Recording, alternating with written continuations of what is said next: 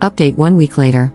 First of all, I have to say thank you for the outpouring of support I received, especially from the reptile enthusiasts who happen to be browsing this sub. You guys are awesome. Now, I just want to say up front, so that everyone hears what they want to hear, the snake is gone, and my cat is all right. Here's how it happened. Thursday night, while I was replying to people on my post, several people suggested talking to my husband's friend, who owns Burmese pythons, is an experienced reptile keeper, and could be a huge help. I was too blinded by the situation and my own anxiety to even think of that. I messaged him on Facebook Thursday night and told him the situation.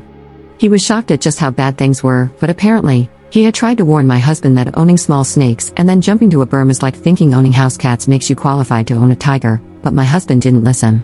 He's been busy going to reptile shows, dude breeds venomous cobras, he's kind of a legend, so he only saw the snake in person once when we first got it and was immediately disturbed when I told him about the overfeeding, my husband's desire to start it on live food, and the fact that it free roams and is handled alone. He told me he'd come over the next day and give my husband a real talking to, as well as do anything he could to help us rehome it.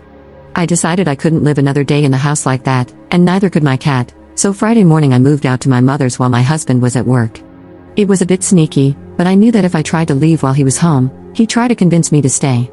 I called him on his lunch break and told him I'd left until the snake was gone. He was very upset and started accusing me of being so petty as to let a snake wreck our marriage. I had nothing productive to say to that, so I told him I'd talk to him later.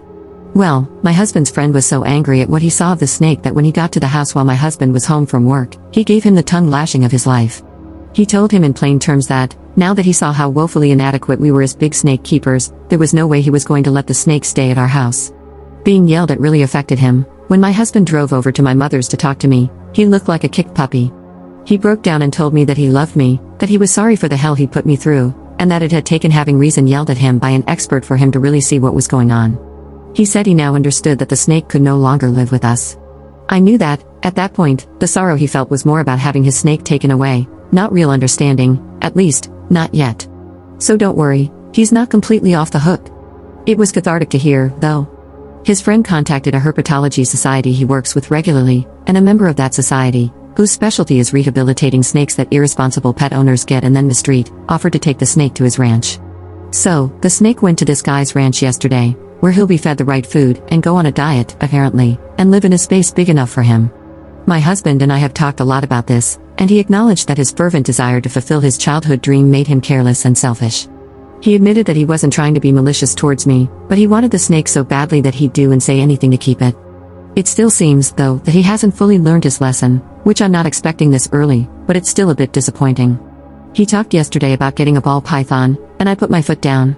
I don't think we should get another snake for a long time.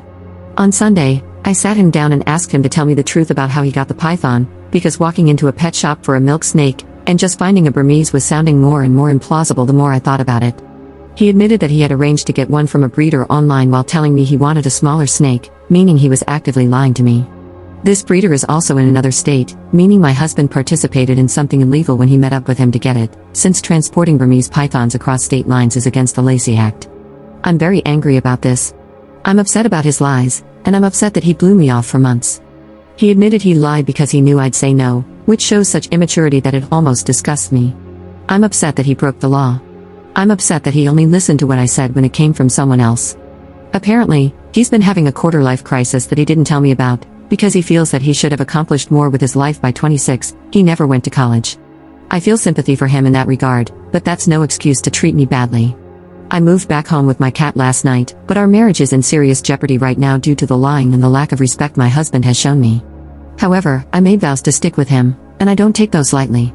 We're going to be getting counseling, which I hope will help him truly understand what was wrong with his actions, rather than just giving a knee-jerk response to being in trouble, so to speak, and will strengthen our relationship. If not, well, I'll have to consider my options.